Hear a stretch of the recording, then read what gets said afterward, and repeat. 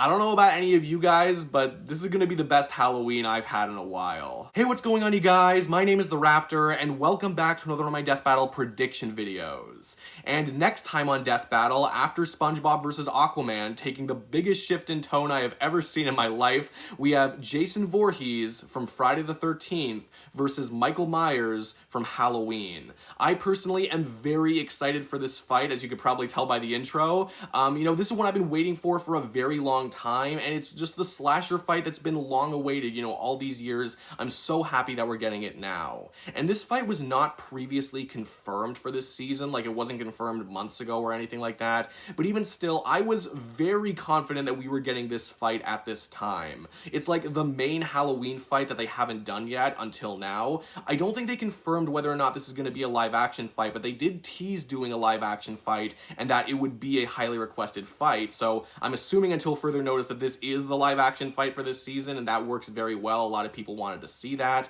This is also the 13th episode of this season, Friday the 13th.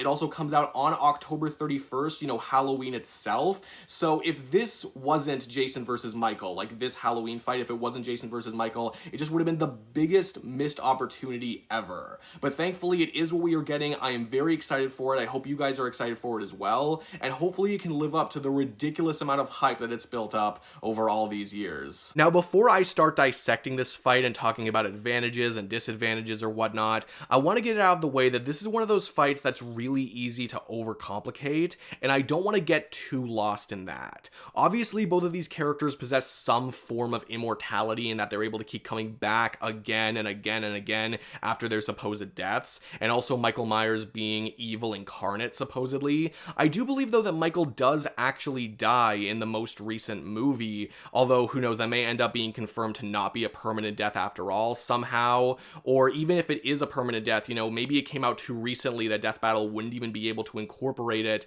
in their Death Battle video, it's just too recent. So what I'm saying is that it's possible that you can make the argument that neither one of these characters can stay dead. I could see Death Battle going that route. But even if they do, Death Battle usually doesn't use immortality as the sole deciding factor for their verdicts. Obviously, there are exceptions, and they may treat horror characters a little differently, but usually if a character would beat the other character in a fight that's not to the death, like they still have better stats and skills regardless of killing, then Death Battle usually finds reasoning for why that character can kill the other character, even if the other character is hard to kill. Additionally, Death Battle tends to only incorporate immortality into the debate if the character can come back immediately and continue the fight. Otherwise, they say the fight is over and the character just comes back from the dead later. And as far as I can tell, both Jason and Michael are still susceptible to being stopped or killed, for lack of a better word, momentarily. It's really friggin' hard to do, but theoretically it could still happen. So for the sake of me not losing my mind over the logistics of killing, I'm just going to go into the assumption for this prediction that both of these characters can win, that either of them are capable of winning the episode, and I'm just going to judge my prediction based on their capabilities as fighters. Obviously, I'll still take into account stuff like healing factors and stamina and stuff like that, because that actually pertains to how long they can last in a fight, like the important stuff. But other than that, I'll mostly just be looking at their stats and their abilities for my judgment, because I wouldn't be surprised if Death Battle does something in a similar vein based on what they've done before. But even with that in mind, there's still some mystery regarding how Death Battle could handle the scaling, specifically for Jason. Jason does have some additional content that they could pull from, like his run-ins with Uber Jason or Jason X, and if they do include that stuff, and if they scale Jason to those guys completely, then I think 100% Jason wins. By that logic, Jason can reach levels that are way above Michael's league, and he could overpower him quite easily. With that said, though, Jason, to my knowledge, is not usually portrayed as being on par with those guys. Those guys are kind of meant to be upgrades of him, so I'm not sure if it's fair to say that he can do everything they can do in terms of power. They've also just done some things that Jason has never done himself, or some things that it's kind of implied Jason can't do himself. So while it is still a possibility, I'm also going to consider the idea of Death Battle not scaling Jason to those characters. You just never know one way or the other, right? Michael, on the other hand, is not quite as difficult in terms of trying to lock down his capabilities. He technically does have a few different timelines you can look at, but regardless of if Death Battle decides to combine all of it together or mainly focus on one, Michael tends tends to perform around the same across all of the timelines in terms of strength and speed, like crushing heads and organs easily, fighting multiple grown humans all at the same time, also easily breaking through doors and crushing windshields, etc., etc. So that would all place his strength level around wall level, maybe a little higher if you want to really argue it.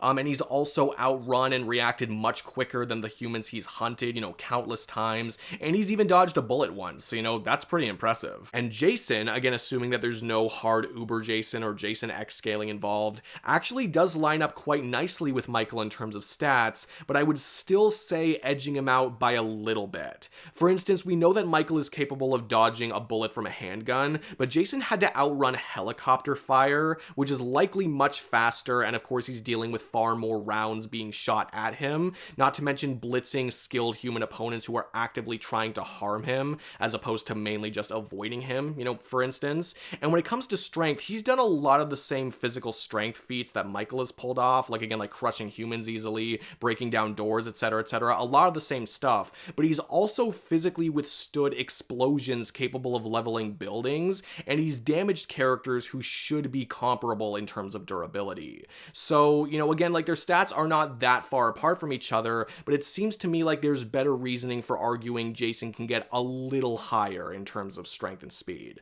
And, even though I said before that the Uber Jason and Jason X scaling is a little iffy, because I still think it is a little iffy, I could still see the argument being made for implementing it. I believe there was one comic where a bunch of Jason clones and Uber Jason clones fought each other and they were all able to do damage to each other or something. It was very strange. And Jason has had an extended battle with Jason X. Granted, Jason X was pretty much winning the whole time and Jason wasn't really able to do any significant damage, but still, you could use that fight alone to say, hey, he fought someone that strong. Michael Myers is very much inferior in terms of physical stats.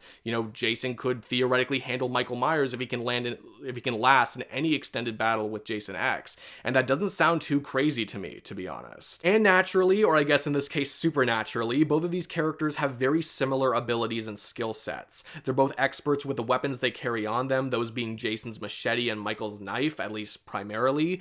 They both have crazy good healing factors or can regenerate from crazy lethal wounds, have insanely high pain tolerance, have some form of self-resurrection, as I mentioned before, so it's going to be really difficult for either character to win, absolutely.